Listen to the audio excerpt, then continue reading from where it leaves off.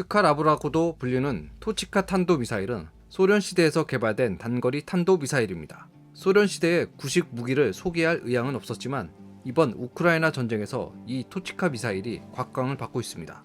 지난 3월 24일 우크라이나는 토치카 탄도미사일로 러시아의 전차 상륙함을 침몰시켜 탄도미사일로 군함을 격침하려던 중공의 꿈을 실현시켰습니다. 4월 8일 도네츠크주 크라마토르스크 기차역이 토치카 탄도미사일의 공격을 받아 수백 명의 민간인이 사망했습니다. 이는 국제사회에 큰 파문을 일으켰습니다. 오늘은 이 토치카 탄도미사일이 무엇이고 어떤 위력을 지녔는지 살펴보겠습니다.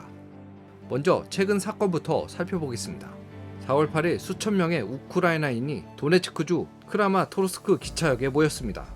크라마토르스크는 인구 15만의 도시로 우크라이나 도네츠크주의 주도이자 전체 돈바스 지역을 관할하는 우크라이나 군의 지휘센터입니다. 즉 전략적 요충지라고 할 수 있습니다.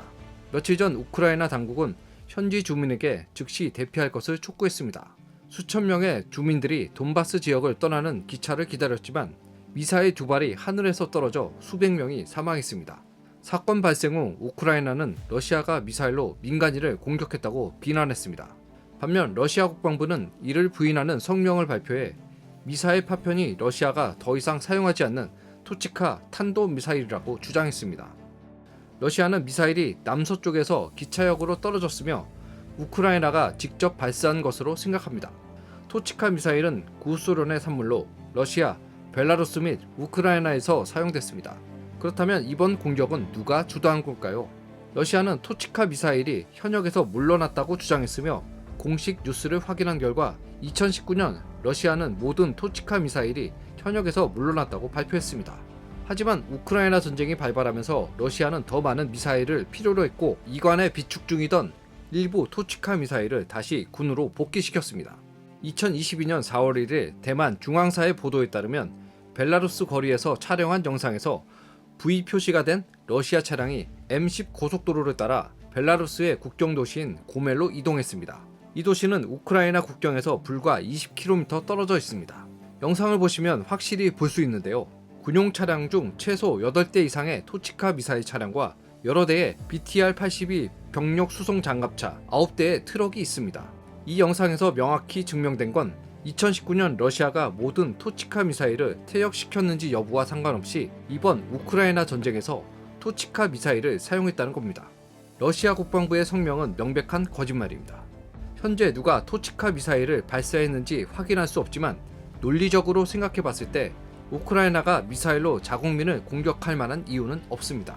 부차 학살 이후 러시아가 우크라이나 북부에서 자행한 만행이 점점 더 알려지면서 러시아에 대한 국제적 압력이 더욱 거세졌습니다. 우크라이나는 거짓 사건을 꾸며낼 필요가 없으며 더욱이 이런 사기는 타인에게 쉽게 노출됩니다.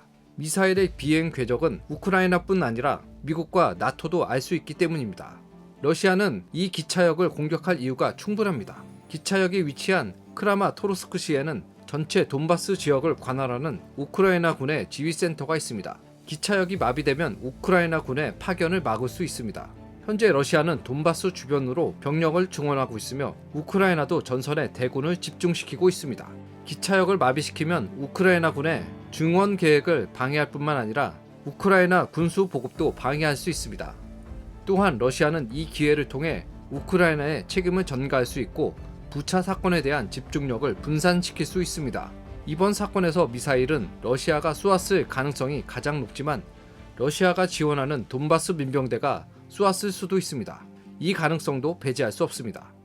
2014년 7월 17일 말레이시아 항공 MH17편이 암스테르담에서 말레이시아 쿠알라룸푸 국제공항으로 향하던 중 러시아 국경 근처 우크라이나 영공에서 북후 지대공 미사일에 격추됐습니다. 약 300명의 탑승자는 모두 사망했고 항공기는 우크라이나 동부 도네츠크주에 추락했습니다. 사건 이후 러시아는 여러 차례 혐의를 부인하며 미사일은 우크라이나가 발사했다고 주장했습니다. 하지만 이후 조사를 통해 러시아가 또다시 거짓말을 했음이 밝혀졌습니다. 2016년 9월 네덜란드 조사팀은 말레이시아 항공기는 북후 미사일에 격추되었으며 사건 당일 러시아가 반군 점령 지역으로 이 미사일을 운송해 그 지역에서 발사했다고 밝혔습니다. 2018년 조사팀은 말레이시아 항공기를 격추한 북후 미사일은 러시아 쿠르스크에 주둔한 제-53 대공 미사일 여단에서 나왔으며 이후 도네츠크 지역으로 운송됐다고 밝혔습니다. 이번 미사일 기차역 공격 사건 중 러시아는 공식 성명에서 이미 거짓말을 했습니다. 2022년 2월 24일 러시아는 토치카 미사일로 도네츠크주의 병원을 공격해 민간인 4명이 사망했습니다. 이런 반복적인 거짓말로 인해 그들의 주장에 더 많은 의문점이 드는 건 사실입니다. 당시 흥미로운 보도를 보았는데요. 미사일 공격 이후 친러시아 채널에서 러시아 기자가 영상을 발표해 러시아군이 기차역을 공격했다고 밝혔습니다. 하지만 현장에서 민간인 피해가 커 국제적인 반향이 거세지자 기자는 해당 보도를 내렸습니다. 4월 9일 미 국방부는 성명을 통해 러시아가 미사일을 발사했다고 확인했습니다. 이어서 토치카 미사일의 성능과 미사일이 어떻게 군함을 명중시켰는지 자세히 살펴보겠습니다. 3월 24일 우크라이나 남부 도시 베르단스크에서 전차 상륙함 3척이 우크라이나 군의 공격을 받아 한 척이 침몰했으며 다른 2척이 손상돼 항구를 떠났습니다. 베르단스크는 마리우폴에서 80km 떨어진 우크라이나 남부의 주요 항구 도시로 3월 초에 함락된 후 러시아가 군함을 통해 베르단스크에 보급품을 공급했습니다. 우크라이나는 상세한 정보를 입수해 적시에 항구에 정박해 있던 군함을 공격했습니다. 우크라이나 내부 소식통에 따르면 러시아군이 탄약을 하역할 때 공격했다고 합니다. 이럴 경우 러시아군 탄약이 폭발하면서 막대한 피해를 입힐 수 있습니다. 이 공격에 사용된 게 토치카 미사일로 알려졌습니다. 사실 토치카 미사일로 군함을 공격하는 건 상대적으로 어려운 일입니다. 토치카 탄도미사일의 정밀도는 15에서 150m 사이로 그리 높지 않습니다. 그 성능을 간단히 소개하겠습니다. 토치카는 전형적인 단거리 전술 탄도미사일로 1960년대 후반 설계됐으며 1975년에 양산돼 소련군에 배치됐습니다. 사거리가 매우 짧으며 사거리는 약 70km입니다.